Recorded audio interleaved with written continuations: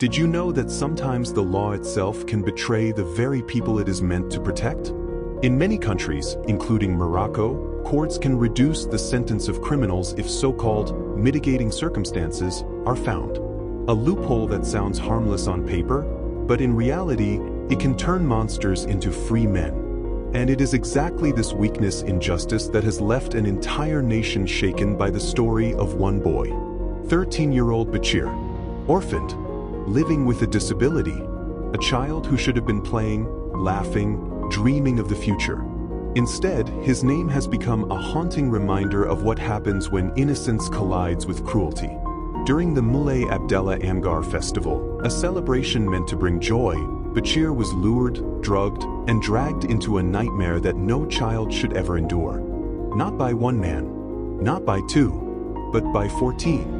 14 men who saw weakness and called it opportunity. 14 men who turned a boy's laughter into silence. When the truth broke, Morocco erupted. Hashtags flooded social media. Hashtag all for Bachir, a digital cry for justice. But beneath the anger was something deeper, fear.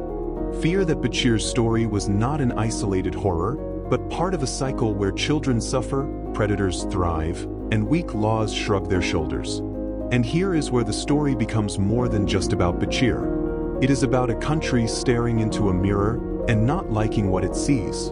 Associations like Yalla and T3 ONU demanded answers, demanded harsher punishments. Chemical castration for predators. Maximum prison sentences without excuses.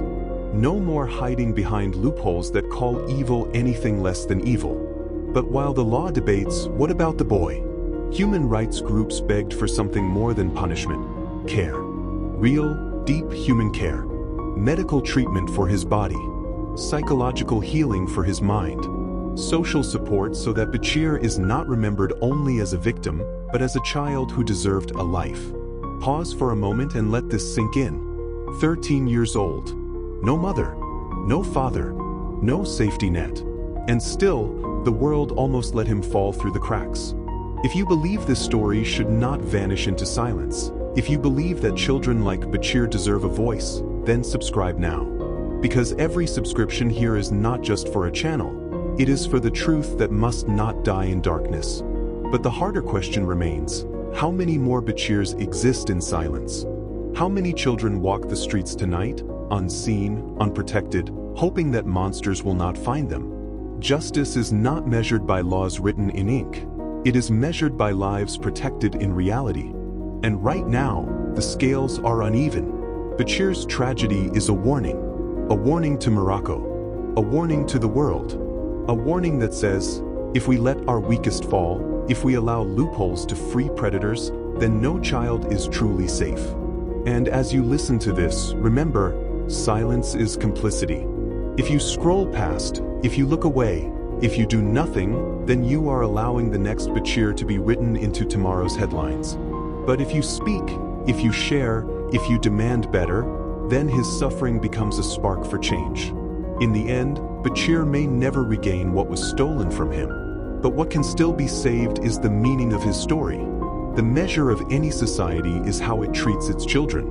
Morocco now stands at that test. And so do we. Because laws may fail, leaders may stall, but justice lives only when people refuse to be silent.